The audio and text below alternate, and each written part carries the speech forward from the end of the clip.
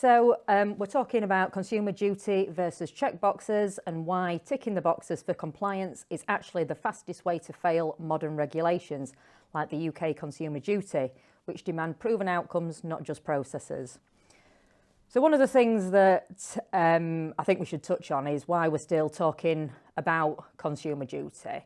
And I suppose from your perspective, Kev, why do firms think they're compliant versus what do the FCA actually expect?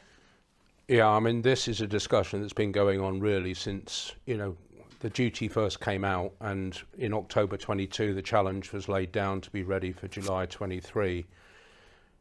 Most firms, in my experience, still quite like rules, and they like to know, are you inside the perimeter or outside it? And for the first time, really, with principle-based, outcome-focused regulation, moving away from treating customers fairly became a big challenge. And it's really taken 3 years, and we are in the third year reporting in July this year around what that really means and how you evidence it.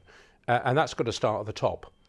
So in many instances, the first year was around compliance driving it. Second year, the board taking a bit more oversight of it and looking at some of the outcomes a bit more clearly.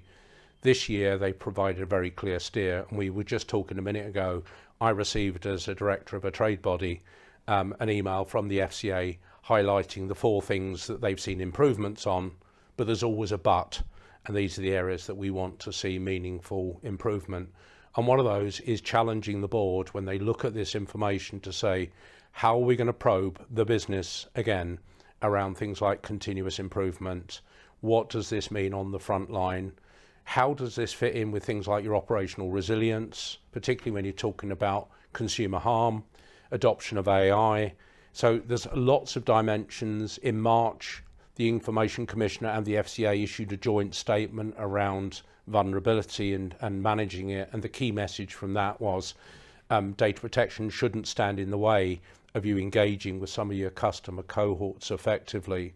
So that data analytics is a key headline around how you've segmented your customers. And at a very basic level, how do you evidence that vulnerable customers get as good an outcome as your main population?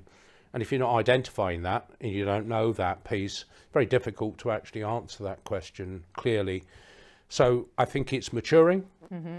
There is still this mindset, I prefer a set of rules, and this whole area of how do you get ahead of the regulator.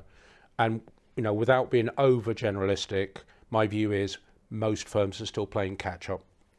I would agree with that, Kev. I think that in my experience, organisations I've worked with, they've very much taken the consumer duty guidelines to be a new set of checkboxes, a new set of rules, some maybe new shiny drop downs, but they haven't actually evidenced good outcomes. I feel like we're still in a space of I'm going to show you my homework, I'm not going to show you the impact.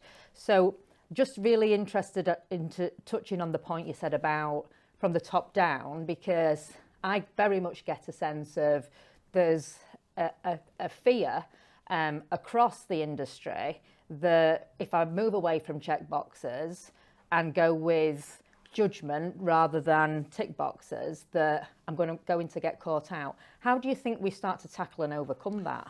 Well, some of the, and you've seen it in the information coming back from the regulator, the evidence they've seen is most firms have kept their duty champion because there isn't a designated person. And you're going to see this with AI as well.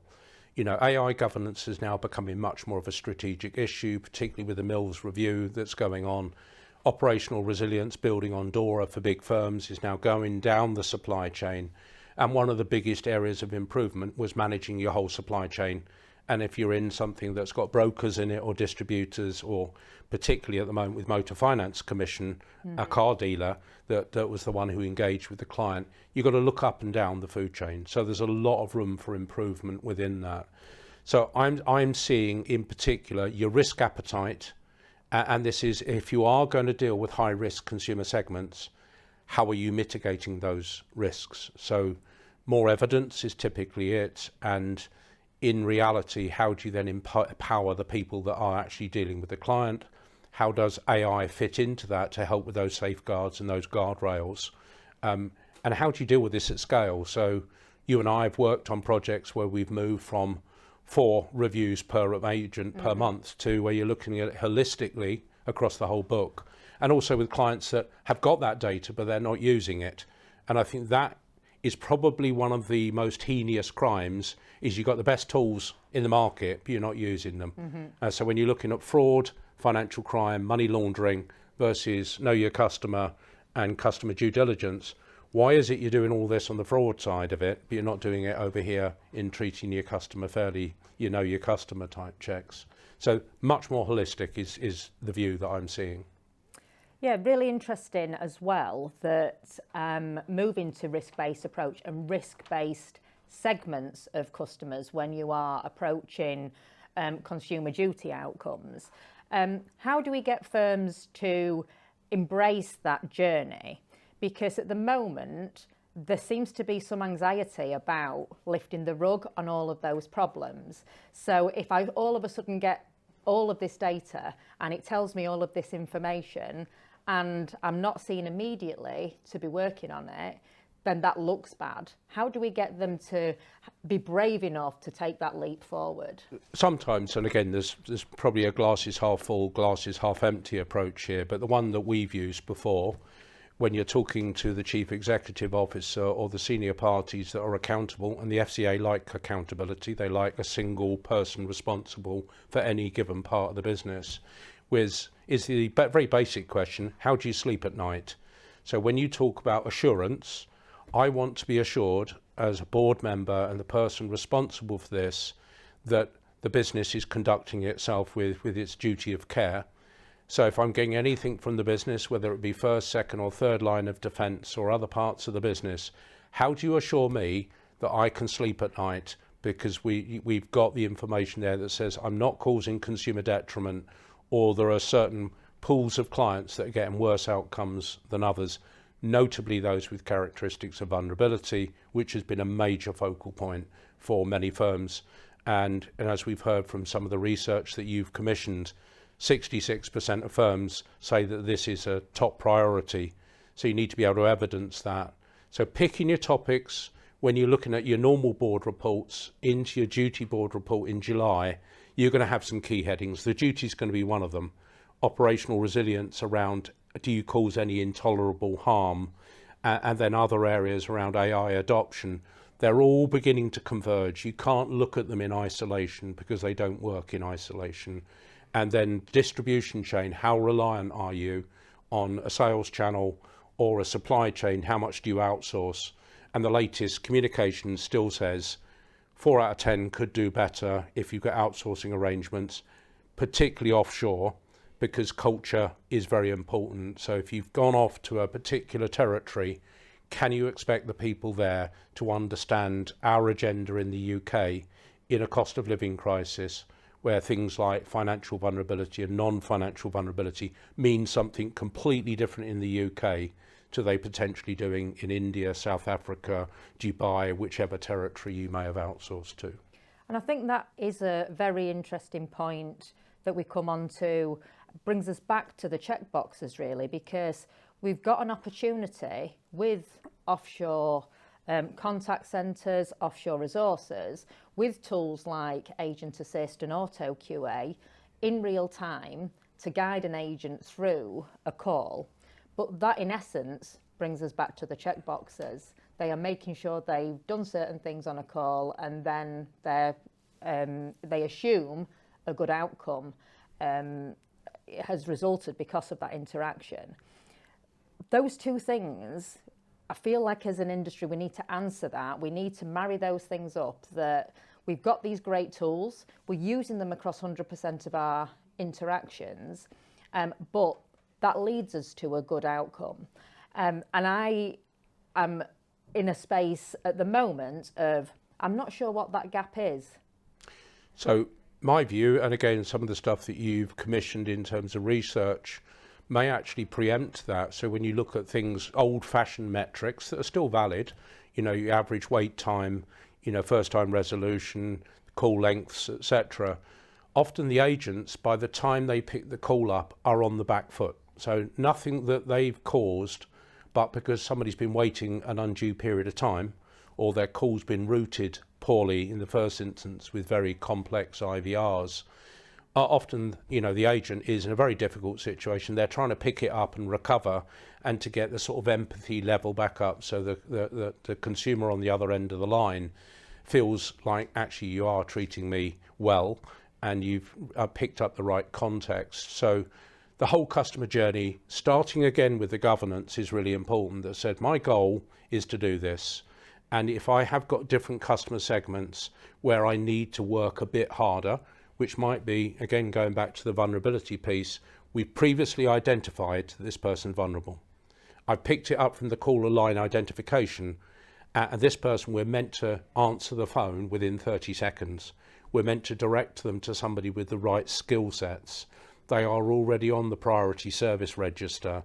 They're already entitled to a social tariff.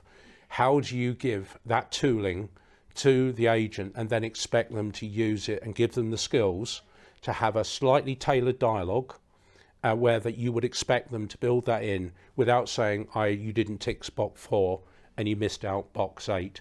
Sometimes that's important, and there are a lot of analogies in said where checkboxes are still useful, but in reality, does it deliver better outcomes? And are you just actually measuring internal metrics and KPIs that the consumer themselves doesn't actually understand? And when you ask them at the end, did you achieve your call intent? And you're trying to work out what that call intent was, where drop down at the end of it may still be prioritized around the first one. And why is it that 90% of agents tick the first box? Because it is the first box. Those are the things you've got to unlearn, and many contact center agents have worked for many firms, and there's a lot of unlearning to do in many instances. I'm really keen that we spend some time talking about reporting, particularly the likes of the consumer duty reporting that the FCA will want to see. We've talked about some of the old school metrics. What are the new school metrics, Kev? What do firms need to start to measure to demonstrate good outcomes? I think I'm going along the angle of, we can have situations where an agent ticks all the boxes and it's still a poor outcome.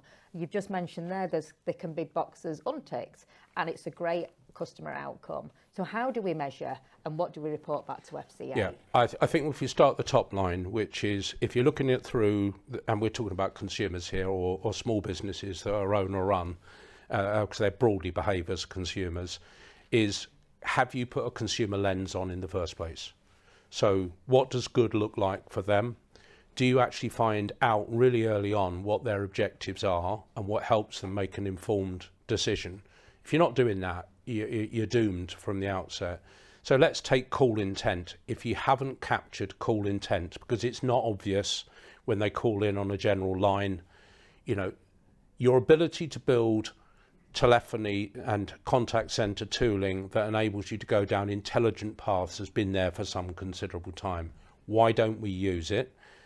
Why don't we use the memory of previous dialogue if you've got a recurring relationship with somebody? Why don't you give the agent the benefit of that knowledge? So if you got call intent right, you've probably got half a chance of getting to the end and saying, have I achieved the outcome you wanted to receive? And earlier on, I've talked about things like public sector. Did you ring the tax collector and said, I want to change my tax code because it's fleecing me at the moment? See, call intent's fairly easy. I think I'm being taxed too much. Mm-hmm. Same side, take it with an insurance company and said, right, adding a car to my insurance was really easy peasy. And I've got that with a lot of older children, adult children. Taking one off is really hard. So actually your digital journey doesn't accommodate it. You can't find the telephone number for love nor money. You finally do. And then you're going to have a dialogue, which is my call intent is to have a really quick call to say, I want to take my 21-year-old son's car off because he's going to pay for it himself. Yippee. But that's made very hard. So really easy call intent, but it's not actually being catered effectively for. And this is where you see what the FCA have described as sludge practices. You've made it really easy to do something that's commercially beneficial to you, but something that appears to be not, you made very hard. And so some of those obvious sort of bear traps, people are still falling into, where commercial intent often sits over the top of better consumer outcomes. So they started looking in different silos where that happens. Insurance, they spend a lot of time on. They're looking at on later life mortgages. They're looking on warranties, secondary sales, ancillary. Now it's getting into mainstream. So a real biggie last November was the big data, product sales data. So at that time in November, all of the consumer credit firms had to provide their whole back book, and then every quarter an update to their back book on the outcomes consumers were receiving. This month, the FCA have written back to all of the firms to say we're now using that big data to look at the outcomes. We've got that data, you haven't, and we're not just going to pick on the outliers. We're going to look at, you sign that client up, and now distinctively with buy now, pay later coming under FCA supervision in July, you can see what the regime's going to be. So this whole area of building in positive friction, the ability to actually build journeys tailored to the person that's on the other end of either the computer, the mobile phone, or the telephone, and it should be agnostic to which channel you're using. How can you evidence that you are actually using the chosen method or preference of the consumer to engage with them, and the quality of service doesn't differ between those channels, and sometimes mixed journeys as well? That's really interesting. One of the things I was thinking about while you were talking there, Kev, is Consumer Duty has been around for a number of years. We see new guidance being published by the FCA very regularly. Do you think that's been a contributor to the slow movement of some organisations in demonstrating compliance? I would say not. I'm obviously in a difficult situation as a director of a trade body representing members, but also for a number of very innovative firms. What I feel is the FCA have been very frustrated that even from the outset of the Consumer Duty, they set out their expectations through 2 consultation papers. They did the same with the vulnerability guidance. So if we take the vulnerability guidance, in March last year, they published their review of the guidance that was first published in February 21 and said it's still fit for purpose. So they didn't actually change it. What they said was, you guys out there haven't adapted to it. And I think that sense is coming out, which said their communication, and they've done a lot of this in March. Here's what we're seeing that's good, but here are the areas of improvement.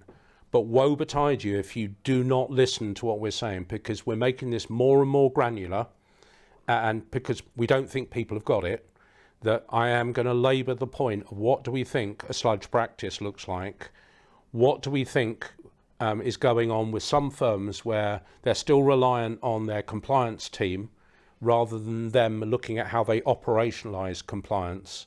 So that was a seed change between year 1 and year 2. Year 3, they've just set their expectations out, which says the bar's going up. We are going to use a lot more of the data that we're now asking you for. And that happened in November 24 with borrowers in financial difficulty, then product sales data November 25. You can see the direction of travel, which is I've got the granular evidence to say you signed that client up 6 months ago. They're now in early arrears. And then 3 months' time, I found them in personal insolvency or a debt management plan. What happened when they were onboarded? What did you miss? Did you actually identify vulnerability at that time? So this sort of data-driven approach is really the biggest shift. It's laying down the challenge that said, if you haven't got this data foundation and you can't see what we can see, then you're going to be in trouble.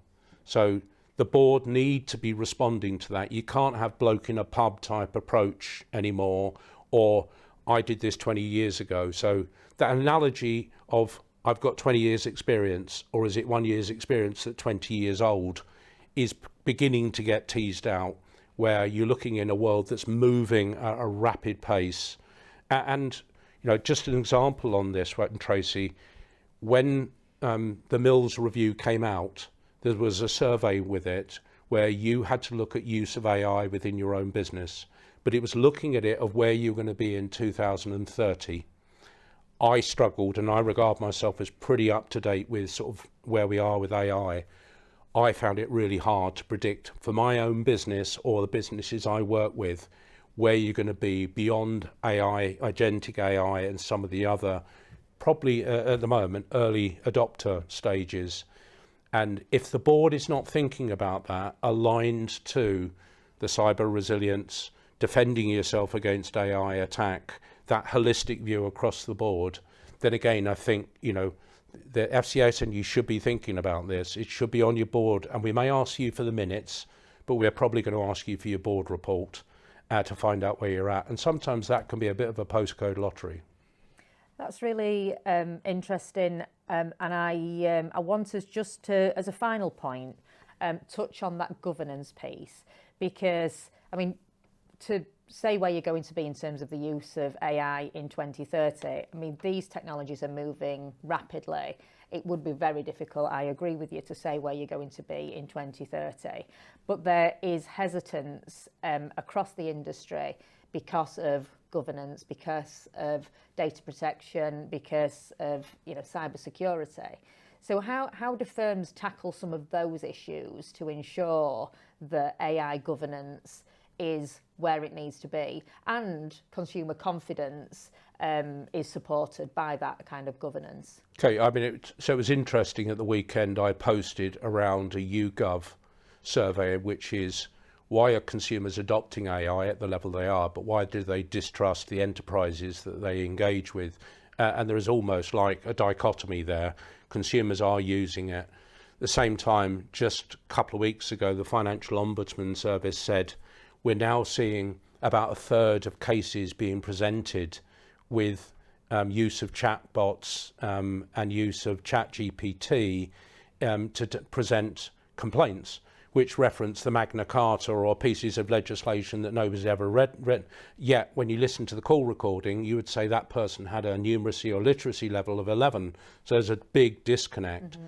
So one of the things I would advocate there is, if you're looking at your risk appetite and the consumers you deal with, and let's say you are in retail credit and you are dealing with that audience on it, how are you going to embrace that, where you may say, my AI strategy is very limited, but I'm going to limit it to, am I going to get attacked with AI enhanced ransomware? You know, particularly where that may hit your corner shop, as it did last year, where it hits some of the other retail stores, and other areas that are part of your ecosystem or the consumer's ecosystem. So this AI to AI piece, I think, is very material, because whether we like it or not, we are going to deal with savvy consumers, some of whom are going to gain the system, and others are going to be very legitimate people that we have to give confidence and trust to in the way they do it. So these are fundamental board questions. What's my risk appetite? What's going to happen in my market for at least the next 3 years? Where does my adoption strategy is? Is it a defensive one, or is it a growth related one? And you cannot ignore growth, you know, from a regulator or government perspective. It's up in the narrative. Every other sentence mentions growth. The reality is most consumers don't get it. They've listened to the Bank of England that says we're all doomed.